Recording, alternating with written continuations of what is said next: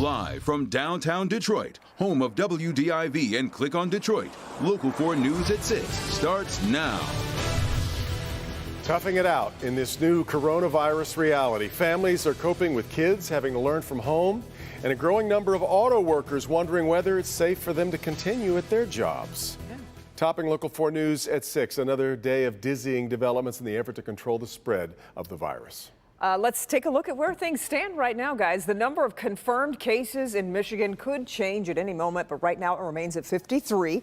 That includes one case at the All Seasons Senior Living Community in West Bloomfield. The mass cancellations of large gatherings has led to a critical shortage of blood donations, which hospitals, of course, need to save lives every single day. If you'd like to find a donation site, go to redcross.org. Also, Governor Whitmer signed an executive order making more people eligible for unemployment benefits. That range will now include workers who've had to stay home to care for children or sick loved ones, workers who are sick or quarantined or immunocompromised and don't have paid family or medical leave or are laid off. And it will also include first responders who should become ill. And the Wayne County Treasurer says there will be no more tax foreclosures on homes this year due to the economic hardships so many are already facing. However, delinquent taxes must still be paid. That's just a few of the stories we're covering here at 6. Paula Tutman has a look at the first day of no classes for many K-12 students, and Victor Williams is showing us the tough decisions being made by families of college students. Let's start things off at 6 with what is not closed. Auto plants, not exactly sitting well with a lot of UAW line workers. Business editor Rod Maloney with a look at how the auto companies are coping and adjusting so far. Rod? Well, the auto companies are saying they want their plants to run, but the auto workers, well, they have a different idea when you consider that you have hundreds upon hundreds of people in fairly close working conditions, which kind of flies in the face of everything they're being told about what we should not be doing. 3,000 Warren Truck Assembly members make what they call the classic Ram. And upon arrival this morning, UAW line workers like Anthony Davis tell us things were terrible. What was the matter? We didn't start up on time, not enough people. It's just not, we shouldn't even be in there. Mainly because they see the Domestic 3 sent their non-essential white-collar personnel home to work remotely, but the thousands who make their living piece by piece, they're on the job in the plants. A couple bottles of disinfectant, some rags. Wipe down when you get there, wipe down when you leave. We don't have enough bathroom, no hot water. Lack of hot water, construction going on all around that's closing the bathrooms is apparently what set off some of the FCA workers to the point where they left the plant altogether. A company statement saying, quote, 17 employees in the paint shop stopped working over concerns about COVID-19.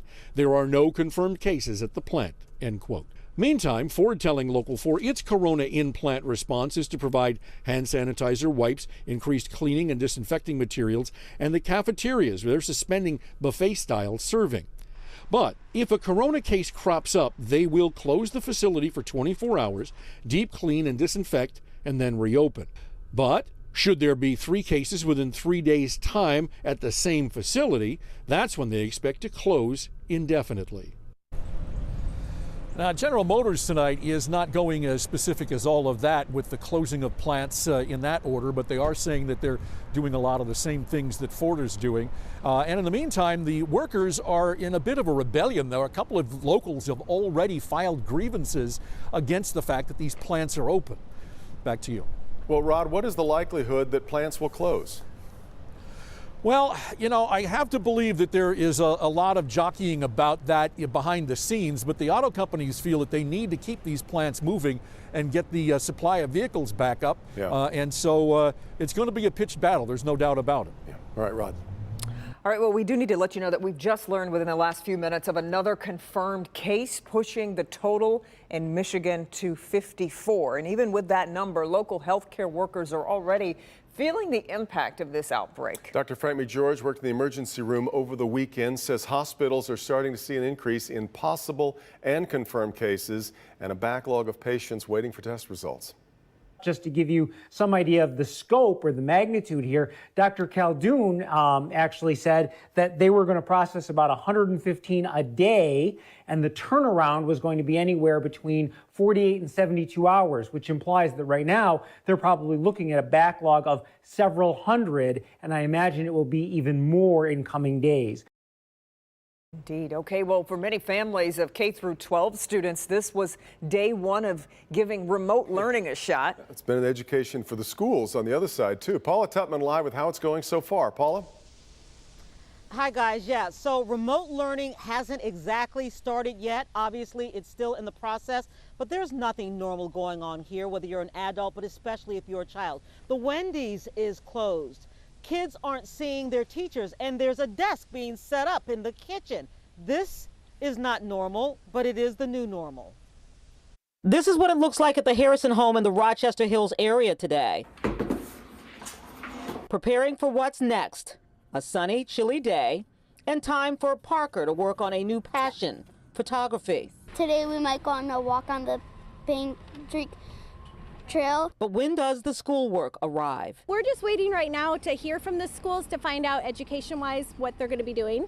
A disruption means something different when you are 12 than when you are 17. And a student figuring out college, friends, thinking about the prom, and figuring out self-study. There's nothing that's really structured in my day right now. Like I get up, I do my normal things. I've been working on some of my homework that I know is coming up. Today, some students were already doing online studies with assignments from their teachers and plans to connect with classmates through Google Hangouts and other video technology. In the Rochester Community Schools District, students were given a schedule that was staggered to reduce physical and social contact, so students could come, clean out their lockers, and pick up school supplies for the next who knows how long. So I know the students in Mrs. Painter's class are going to come to pick up those. We have our English as a Second Language program. The teacher had set out books for those students as well. And while the Rochester Community School District did get a jump on working out an online remote learning plan, it is complex. 600 students still need devices, 50 families still need home internet access, and the superintendent is asking parents to be flexible and understanding that structured online learning may not begin until Friday at the earliest, or perhaps even into next week. It's absolutely a work in progress, and we're collaborating with multiple districts across the county to make sure that we understand what each other's doing and making sure we're supporting kids in the best possible way we can. Yeah, so I talked to a lot of education decision makers today, and they all pretty much said the same thing. The reason there's not a cohesive one plan for all is because one size doesn't fit all. School districts are very, very different. They beg the forgiveness and the flexibility of parents while they work to get this enhanced remote learning online. It's still going to take a while, guys. A lot to figure out. Okay, Paula, thanks. And the struggle for businesses, both small and large, got worse today as Governor Whitmer announced all restaurants and bars must temporarily shut down. The same goes for other public spaces like theaters and gyms. Larry Spruill has a look at how those businesses and their customers are coping. Now that the ban has been in place for about 3 hours now, gyms and fitness centers across Metro Detroit will definitely feel the effect. I spoke with the owner here at CrossFit Detroit. He tells me he agrees with the governor's decision. At the end of the day, it's all about keeping people safe. That's the number one rule David Finley with CrossFit Detroit follows every day when it comes to his gym members. But this time around, things are a little different. Well, I mean, it's going to affect everybody in the city. Finley is talking about the coronavirus that is spreading quickly worldwide. Monday, Michigan Governor Gretchen Whitmer closed down businesses across the state. We're talking about the dining-in portions of all restaurants, gyms, movie theaters, clubs, bars, just to name a few, until the end of March, which simply means nobody will be working out at CrossFit Detroit. You know, there's going to be a lot of people that now are not coming downtown, which would normally be our clientele. The way that we have done the math on this, we assume it's going to cost us at least $20,000. Our cameras there as the Imagine Theater in Royal Oak shut its doors Monday afternoon.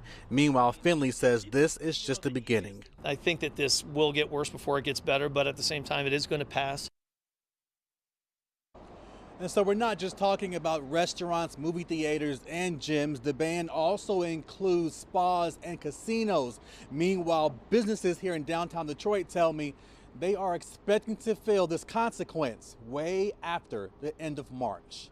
We're live in downtown Detroit tonight. Larry Spruill, Local 4. Yeah, Larry, on the gym issue, and I know this will seem like a small matter, but it isn't to the people that are members of the gym.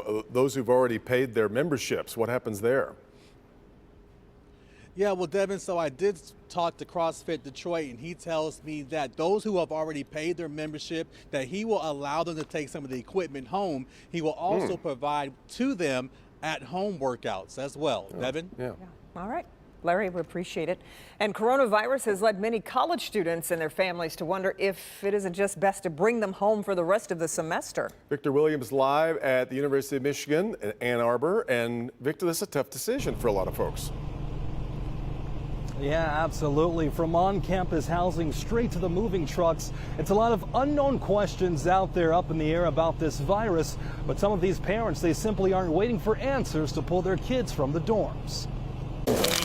If you took a look around U of M's campus, you'd think it was moving day. I said we are going to Chicago with my daughter, Beth, so they're going to finish the semester online. There's still more stuff to get, but we're good for now. Even though we're nowhere close to May. I actually lived in the dorm since I was a freshman, so it's kind of sad that I'm leaving all of a sudden because of this virus and have to go home and probably going to be at home for several months. Robbie Asagi, a senior engineering major, is one of the students who decided to go home in the midst of the coronavirus outbreak. Now she's unsure about what she's looked forward to this entire time, her graduation ceremony. We're really looking forward to graduating and looking forward to commencement, obviously, and now that's up in the air. Leave it in there? Yeah. Robbie's mother, Amina, also has another senior at U of M. Now 2 students who have to finish out the year taking classes online. They're joking about it and thinking maybe they'll go to graduate school so they'll get a chance to graduate. But Robbie's concerned for the students who may not have anywhere else to go outside of the dorm. My family's very fortunate, so I'm just praying for people who are just really at risk at this time, hoping people can stay safe and get the things they need. And hopefully people just look out for one another, you know.